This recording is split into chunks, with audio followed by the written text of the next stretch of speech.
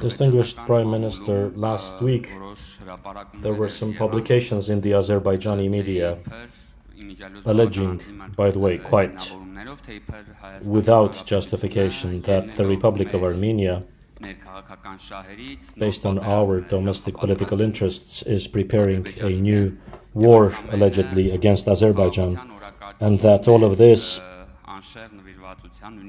contradicts our commitment to the peace agenda, allegedly, contrary to our own interests. What do you think is the real purpose of these articles? Thank you, Mr. Pashinyan, for the question. Indeed, there are such publications, and the main claim is that Azerbaijan, or I personally, need to start war against Azerbaijan due to domestic political reasons, whereas any more or less qualified or even unqualified observer could see that it's the contrary. Due to domestic political reasons, we, the governing team, and I personally, am interested in having a stable situation in the region, and I think this is an obvious fact. But the publications you mentioned and I mentioned indicate that there are forces which are interested in destabilizing the situation in the region. Now, what should be our response to this? I think our response should be not to yield to any provocation and tirelessly to clarify our position. Our position is, firstly, that we have no reason to attack Azerbaijan. Why? Because essentially,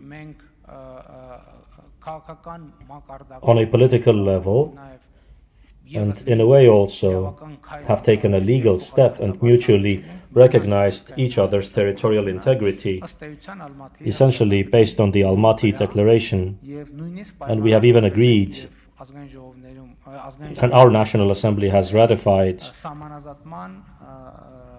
the Border Delimitation Commission's joint work regulation.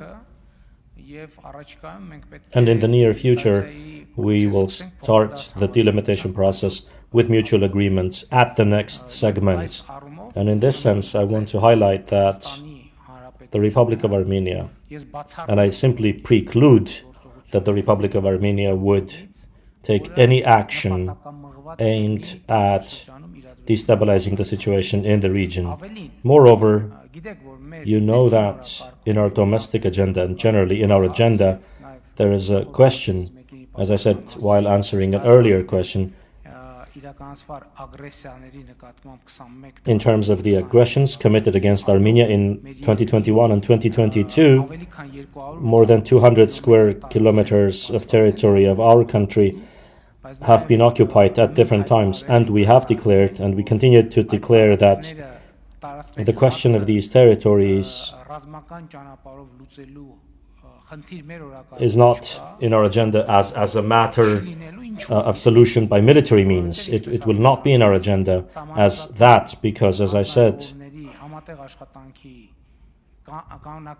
approval of the joint regulation on the border delimitation commissions and the border delimitation process enable us to negotiate based on legal grounds and to resolve all these questions and to address these questions. After your response, remark, please.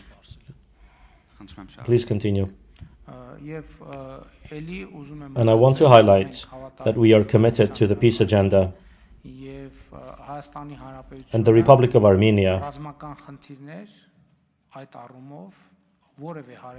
does not have any military objectives in this sense in relation to any of our neighbors. We have recognized and do recognize the territorial integrity and sovereignty of all our neighbors.